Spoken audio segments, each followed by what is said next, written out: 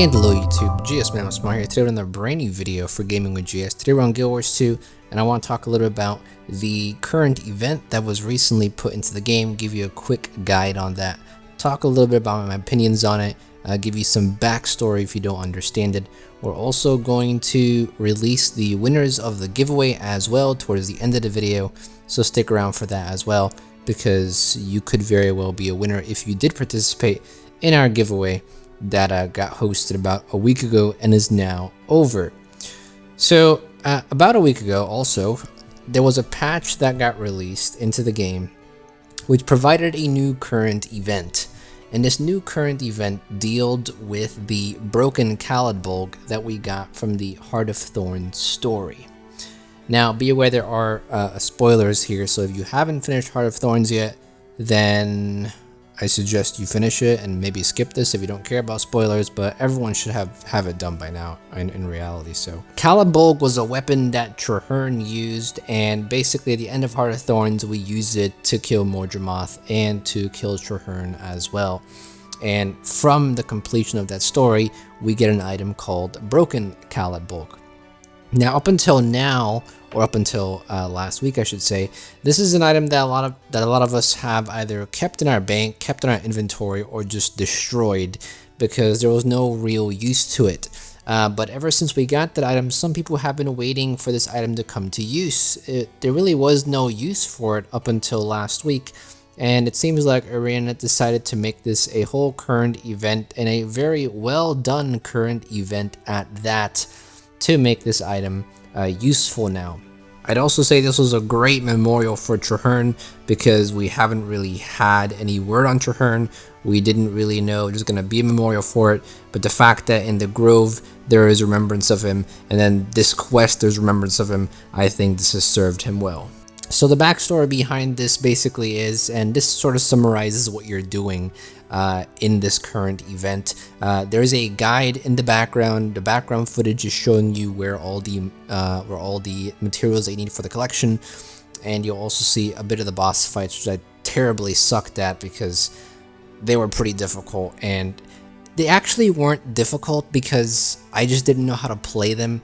I hadn't played Guild Wars 2 for a few days, so I kind of was out of the loop from playing it and not knowing how to use my LE properly. But as long as you stay far away from them, then you should be okay. And I'll go over a bit more in the boss fights when we get there. So just wanted to let you know there is a video guide in the background of this video showing you where all the locations are. So if you want to follow that while you listen to me, you can very well do so. But back to the backstory here. They've added a new NPC called Ridhais, I think it is, Ridhais, not sure how you pronounce that. But this is a new NPC that was added to your home instance. And if you head to your home instance, you should have gotten a piece of mail as well. Before you go to your home instance, you have to talk to an NPC in the Grove, in the entrance, and that'll basically start your quest. Also, another important note is if you don't have the broken Caladbolg anymore, if you destroyed it, then you'll basically have to buy 10 Elonian wines from the NPC standing in front of the Mystic Forge, which will give you the broken Caladbolg item back. However, if you are experiencing some trouble with the option not being there in the NPC in front of the Mystic Forge, then make sure you go to your home instance first and you tell the NPC in your home instance that you have to go and get Caladbolg and you have to talk to the lady in front of the Mystic Forge.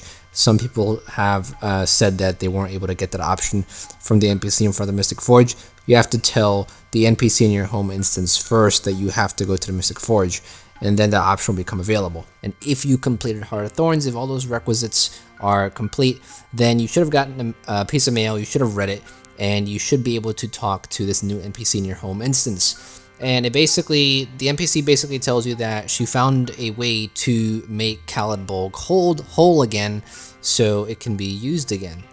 And this whole mission and this whole quest is basically you trying to find certain shards for the Great Sword and certain motes of natural power for the Great Sword to put it back together so it's functional again.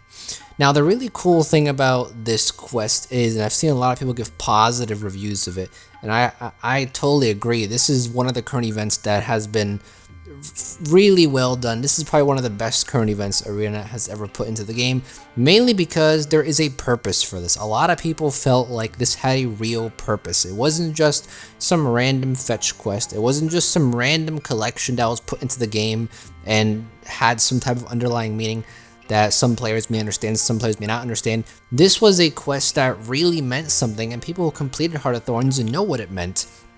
And it brought you to some really cool places. It brought you across Tyria to a lot of different maps. It allowed you to re-explore some areas that you may not have ever been.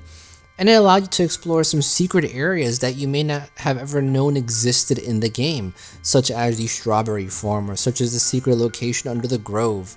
A lot of these cool places, it took us there. So the first good 2/3 of the quest is you having to talk to this NPC in your home instance, completing the collections of the shards and the natural power motes. And the shards is the first thing you're looking for, is the first collection, and this just guides you back into the Heart of Thorns maps. You're going back to Verdant Brink, you're going back to Auroch Basin, Dragon Stand, and Tangled Depths, and they bring you to special locations that hold these shards. And once you find all these shards from all the Heart of Thorns maps, then you basically complete that collection. I really like how they allowed you to go back into the story instance of Dragon Stand. That was really cool and kind of nostalgic, so that was a really cool move there. And once you have all the shards collected, you go back to the NPC in your home instance, you turn that collection in, and you move on to the next collection, which is collecting all the motes of natural power.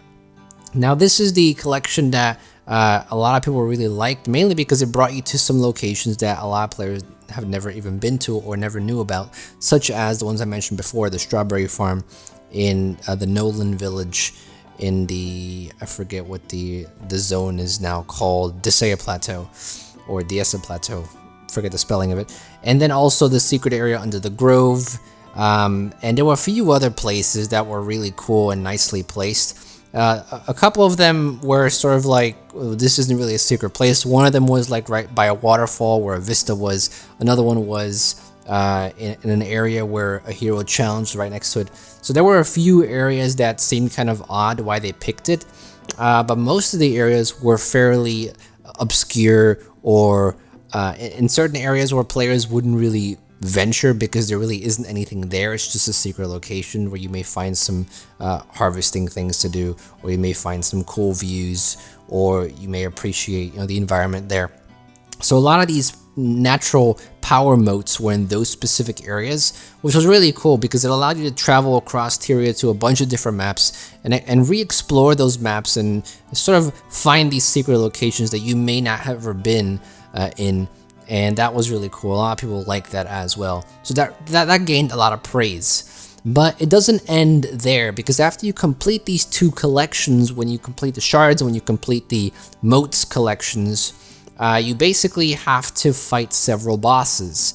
And the backstory behind this is that in order for you to basically reclaim Caelid Bolg, to put it back together, you have to fight its former wielders, which include Ryanok and Trahearne, and then also a vision of yourself, of the commander, the player character. And the way these boss fights work, they're actually fairly challenging. They're not just some easy boss fights that you can just DPS down. These are actually fairly challenging boss fights, and if you don't know how to play against them, then you will die a lot. And I remember that the first boss fight I died so many times that I had to repair my gear. I finished the fight with only my staff. So, very interesting boss fights, very interesting backstory, very interesting collections, but even the lore behind this, as you're talking to Trahearne, as you're going through the story and reading the dialogue, it's very well done, and it delivers the story in a great way. It tells the story well, and the gameplay behind the quest is very well done as well. The gameplay behind the boss fights, the boss fights can be easy if you know what you're doing, and if you have some mechanics in your class that will help you along the way. And a lot of these mechanics deal with being long-ranged and having lots of CC. I found it the easiest to kill these bosses if you stayed very far away and just circled around them, run around the area, stay far away, and just use your CC skills.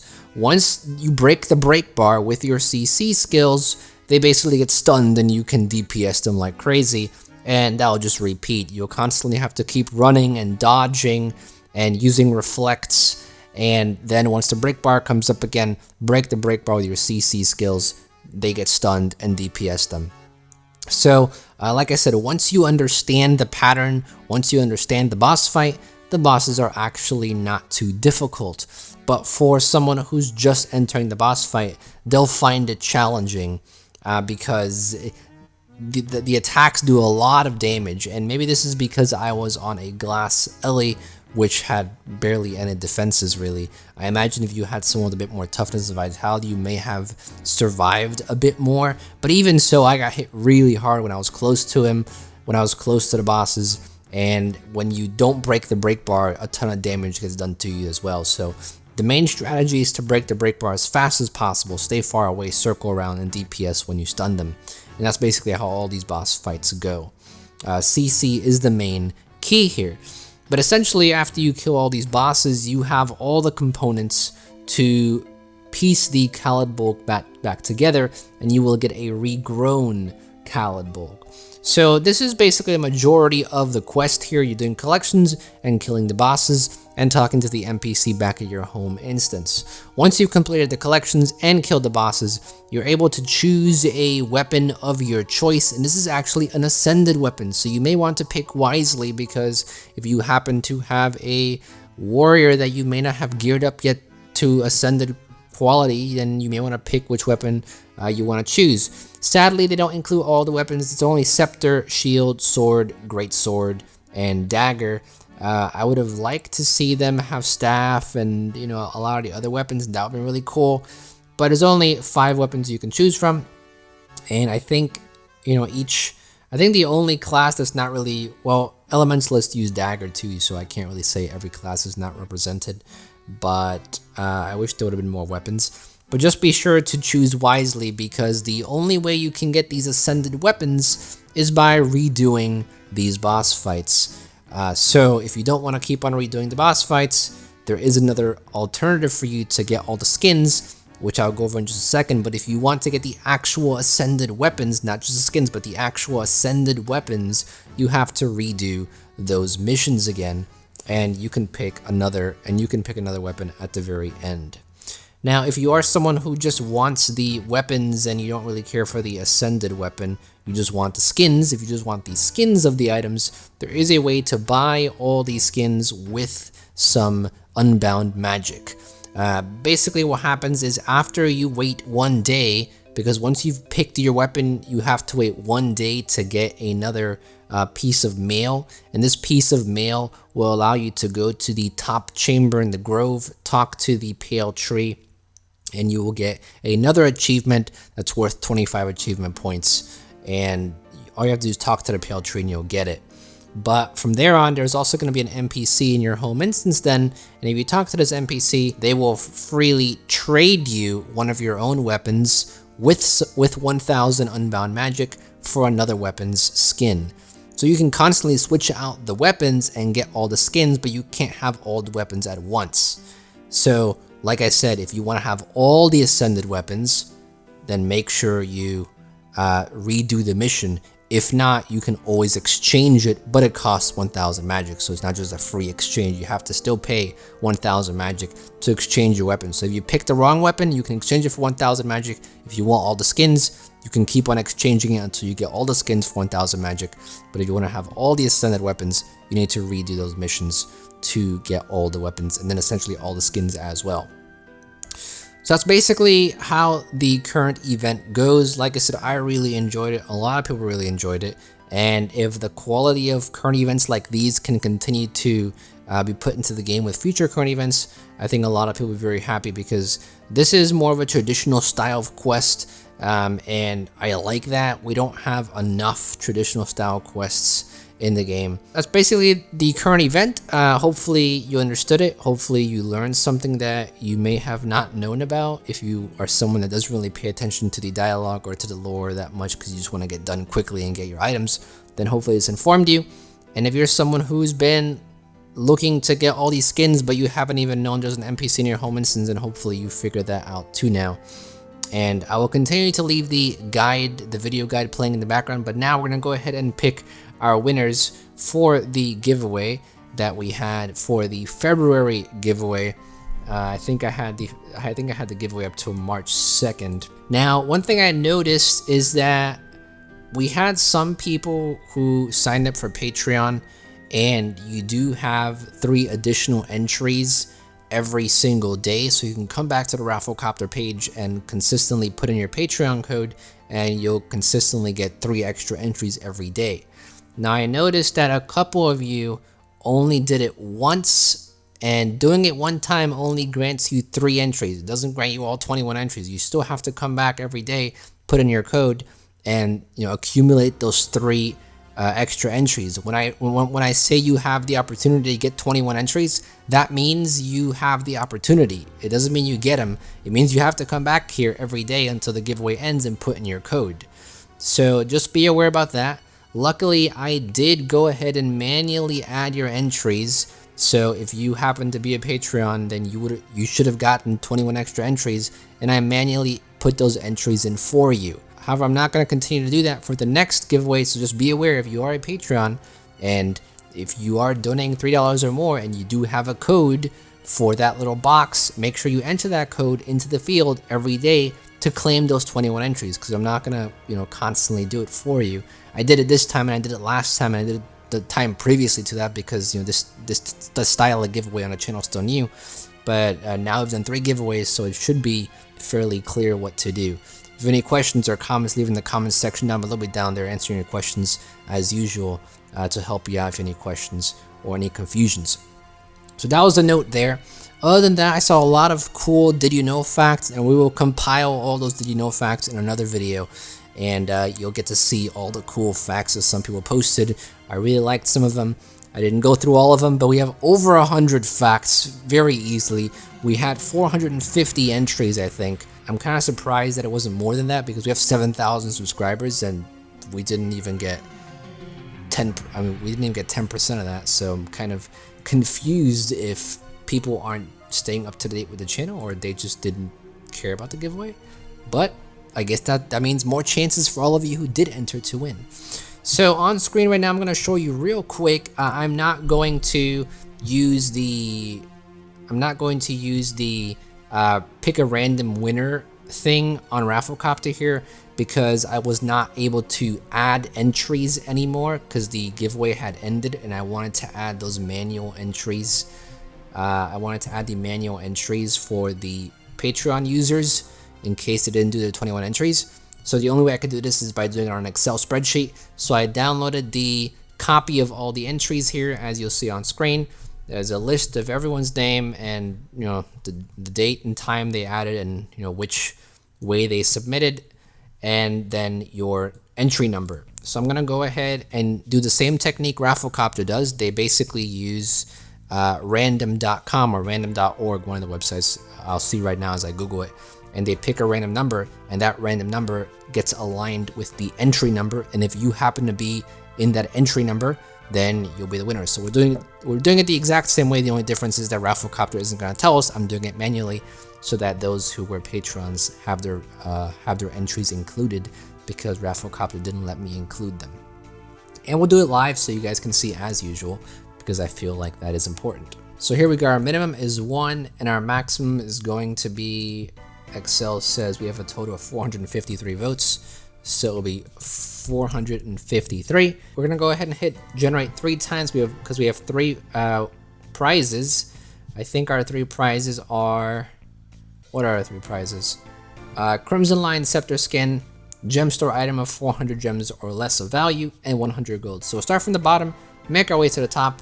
We'll go with the Crimson Lion Scepter skin first, and our winner for that is going to be 390. That is our entry. And 390 goes to congratulations to Vagelis Vatsis. I'm going to not sure how that's pronounced, but it seems like your Did You Know Facts got the entry number winner. So your username's probably somewhere here, and I'll probably find it. I'll be sending you the Crimson Lion Scepter skin through the Guild Wars 2 mail sometime this weekend. So that's our first winner. Let's head back to random and generate another one. And 202 is the next one. This is for our 400 gems value or less. So 202 is Samson Apolog.